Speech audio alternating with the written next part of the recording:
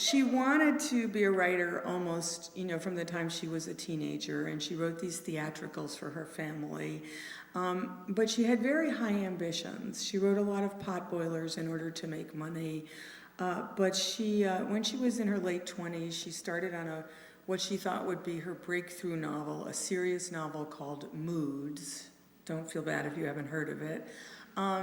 Which she wrote and published, and it got a very bad review from Henry James. As I say, everybody was there. And she was very discouraged, and she wanted to write another serious novel. In the meantime, the Civil War happened, and she went south to be a Civil War nurse and got very sick, and, was sent, her father went down and brought her home. And she said to her editor, as many of us do, okay, what's my next book? What do you think I should write about now? And the editor, whose name was Thomas Niles, said, well, Moods didn't do very well. The only book that I could sell that you might write would be a book for young women. And she said, absolutely not. After everything I've been through, there is no way that I am going to write a book for young women. And she went to Boston and she got a job. And so Thomas Niles, no fool, wrote a letter to Louisa's father saying, I'm so sorry that Louisa doesn't want to write a book for young women, because I think if she did, we could also publish a book of yours. So Bronson Alcott sat down and wrote a letter to his daughter, basically summoning her home to Concord, a town she did not like, to write this book. And she was furious. She got home in about March, and she stalled and stalled and stalled. And he had built her a desk about as big as this lectern. And she was supposed to go up to the second floor of her room, which she didn't like much either, and write this book for young women, which she did not want to write. She felt that it was violating every creative instinct she had. And she thought, what could be more boring than, writing a book for young women about the family, which she called the pathetic family. That was her name for her family. Nevertheless, one day in May, she finally sat down to write it, and it came pretty easily. She thought it was boring. She was writing about things that seemed ordinary to her, sisters, parents, mostly sisters, the drama between sisters, the drama between neighbors. For The Boy Next Door, she used a little bit of Henry David Thoreau and a little bit of Alf Whitman. And, it's fiction because, in fact, all those things happened in another house. They didn't happen in the house where Louisa was writing, but she stuck it in the house where she was writing. She wrote very fast to get it over with. And within 6 weeks, she had finished the first half of Little Women. And within 6 months, it was on its way to becoming one of the best-selling books of all time. So, and she still wasn't so sure.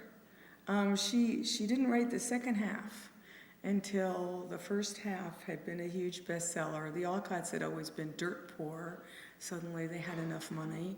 And Thomas Niles said to her, okay, now, write the second half. But it wasn't just that she didn't want to do it. It wasn't just that she was in a rage. It wasn't just that she felt violated. It was that even as she was writing it, she didn't know what she was doing. And it's a brilliant, brilliant book. So to conclude, I just want to read something about Thoreau, about Walden, which is really one of my favorite books.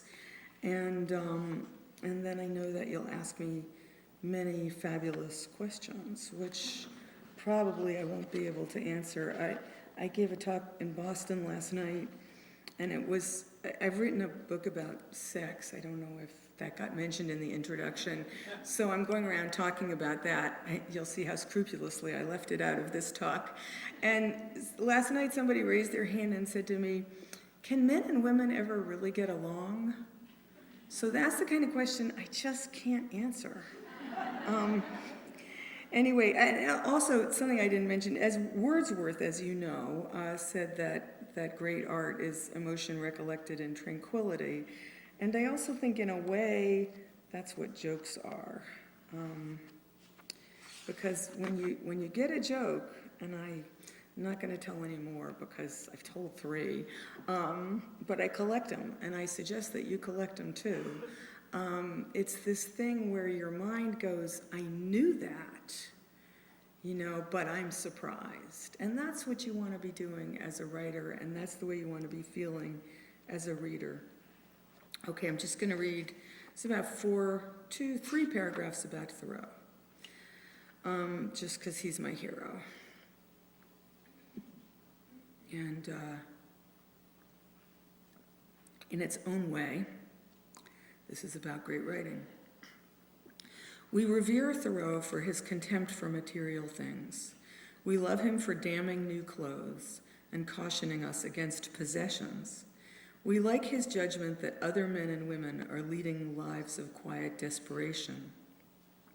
Walden is a masterpiece, but it is generally cited more than it's read.